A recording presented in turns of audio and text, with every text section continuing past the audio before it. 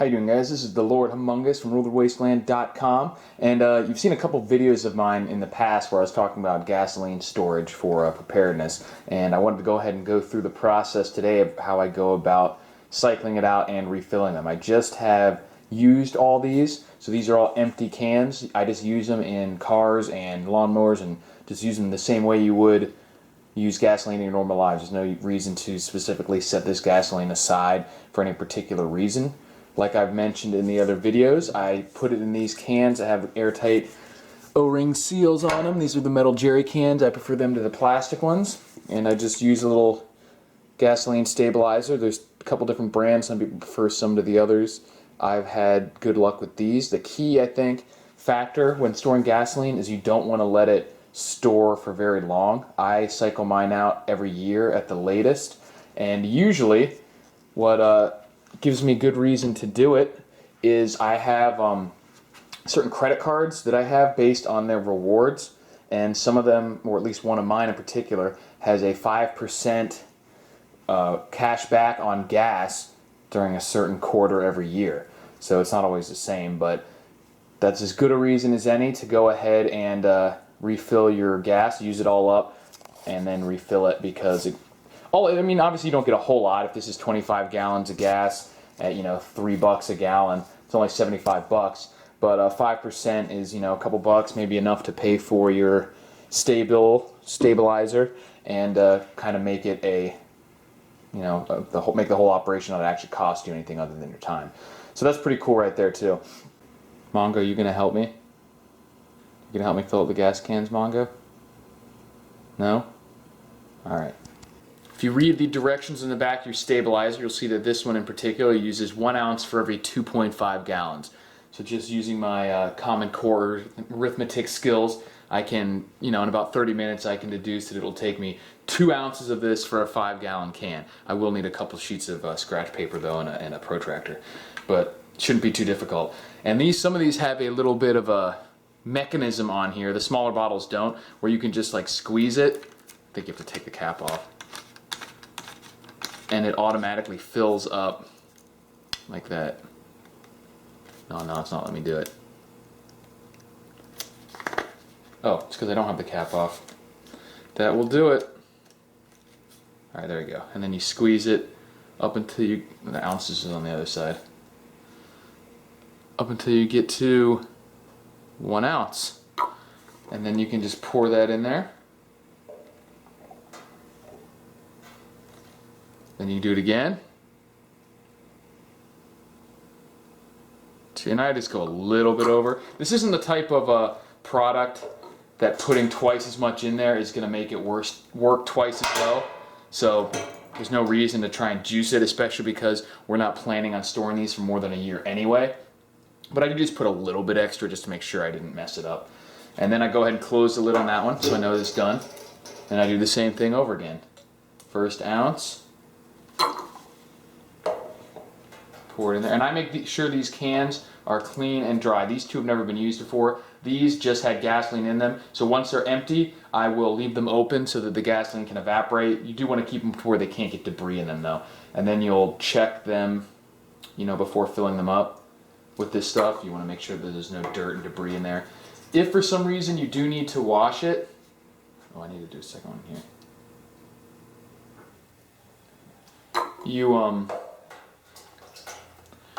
With water or anything, which I wouldn't recommend, but if for some reason you had to, you want to make sure it's completely dry before putting any gasoline in there.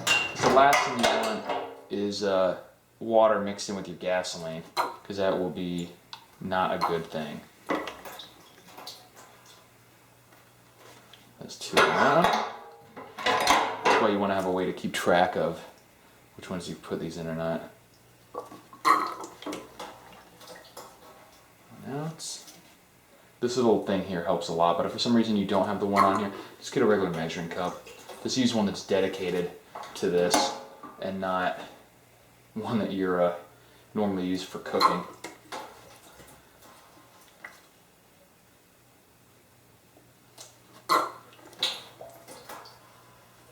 All right. So now we have the stabilizer in there. I button these up before I take them to the gas station.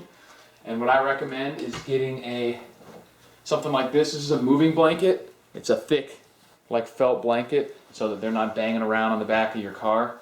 Depends on what type of vehicle you have. I have what some people refer to as a rape van.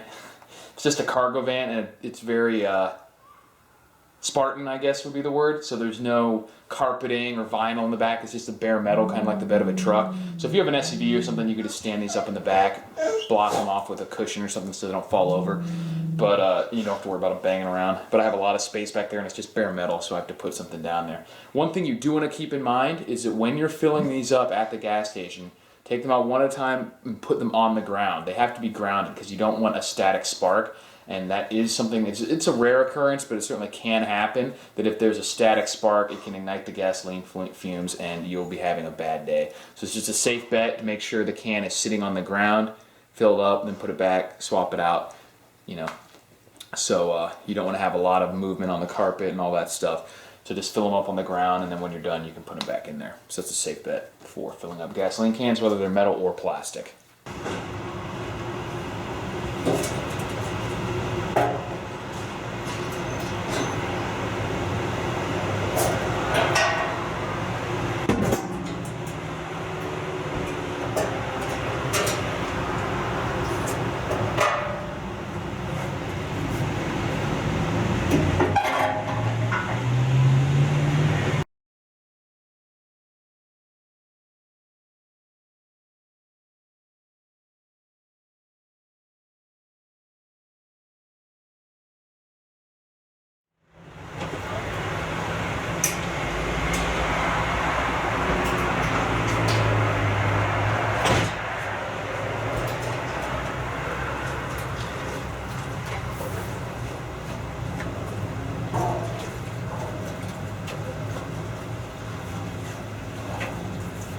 So here you go.